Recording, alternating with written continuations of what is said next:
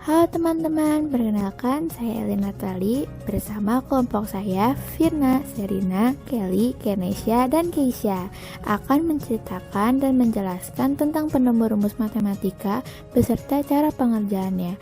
Ayo tonton video ini sampai habis. Pythagoras lahir dalam sekitar 570 SM dan meninggal sekitar tahun 495 SM. Adalah seorang filsuf Yunani Ionia kuno dan orang yang memulai aliran Pythagoreanism. Diperkirakan dia adalah anak Mnesarkos, seorang pengukir permata atau saudagar kaya di Pulau Samos. Nama Pythagoras dikaitkan kepada berbagai penemuan matematika dan ilmiah seperti teorema Pythagoras, 5 bangun ruang, teori kesebandingan, dan teori bumi bulat. Di sini kita fokus terhadap teorema Pythagoras.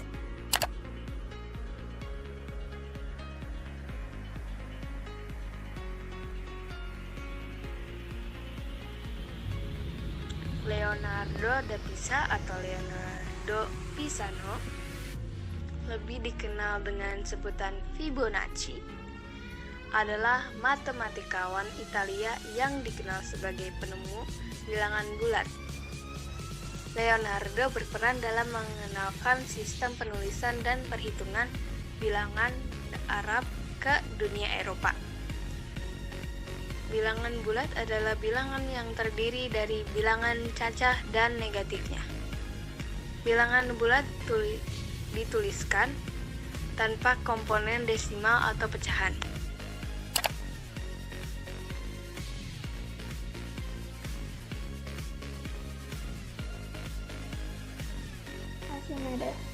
Archimedes dari Sirakusa, ia adalah ahli matematika dan penemu dari Yunani yang terkenal.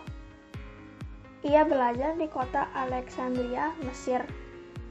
Archimedes sendiri adalah seorang matematikawan, astronom, filsuf, fisikawan, dan insinyur berbangsa Yunani. Ia dibunuh oleh seorang prajurit Romawi pada penjarahan kota Sirakusa. Meskipun ada perintah dari Jenderal Romawi Marcellus bahwa dia tidak boleh dilukai, sebagian sejarawan matematika memandangnya sebagai salah satu matematikawan terbesar sejarah, mungkin bersama-sama dengan Newton dan Gauss.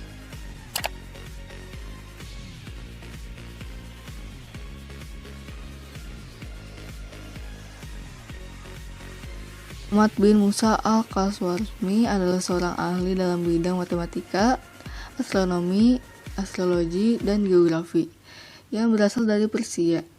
Lahir sekitar tahun 780 di Khwarizm dan wafat sekitar tahun 850. Hampir sepanjang hidupnya ia bekerja sebagai dosen di sekolah kehormatan di Baghdad yang didirikan oleh Khalifah Bani Abbasiyah Al-Mamun. Tempat ia belajar ilmu alam dan matematik termasuk mempelajari terjemahan manuskrip Sanskerta dan Yunani. Buku pertamanya adalah Al-Jabar, adalah buku pertama yang membahas solusi sistematik dari linear dan notasi kuadrat, sehingga ia disebut sebagai Bapak Al-Jabar.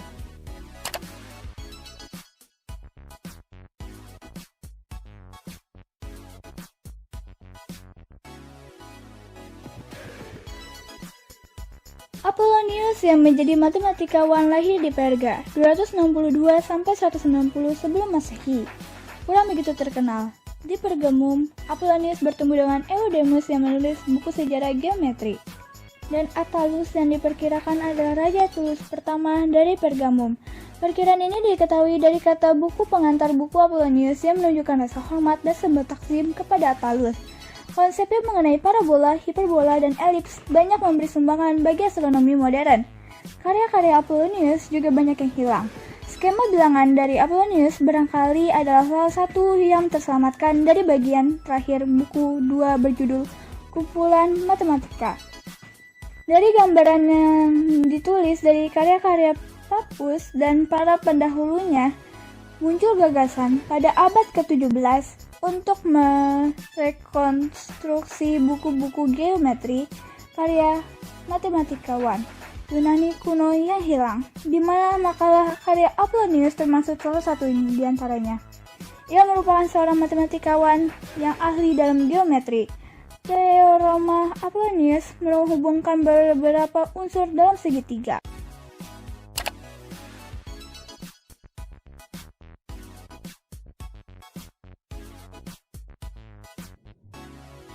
Christoph Rudolph adalah seorang matematikawan yang menemukan sebuah simbol akar. Beliau pertama kali menggunakan simbol akar untuk akar kuadrat. Dia berpendapat bahwa menggunakan istilah lato atau sisi yang terkadang diartikan dengan akar karena sisi tersebut tidak diketahui panjangnya. Istilah ini kemudian diambil untuk menghitung panjang sisi dari suatu bujur sangkar dan bilangan kuadrat yang disebut lato kubiko. Dengan menggunakan simbol R artinya radix. Tanda akar tanpa tanda yang lain menunjukkan akar pangkat 2. Tanda ini diperkenalkan pada tahun 1220 oleh seorang bangsa Italia yang bernama Leonardo da Pisa. Tanda LX ini menggunakan kepanjangan dari kata radix, bahasa Latin yang berarti akar. Untuk bilangan-bilangan kuadrat yang kita cari akarnya akan dihasilkan bilangan yang mudah. Tetapi di luar bilangan itu akan dihasilkan sesuatu bilangan yang dinamai bilangan maya atau bilangan irasional.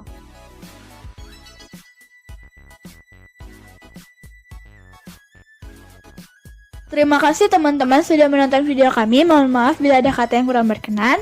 Sekian dan terima kasih.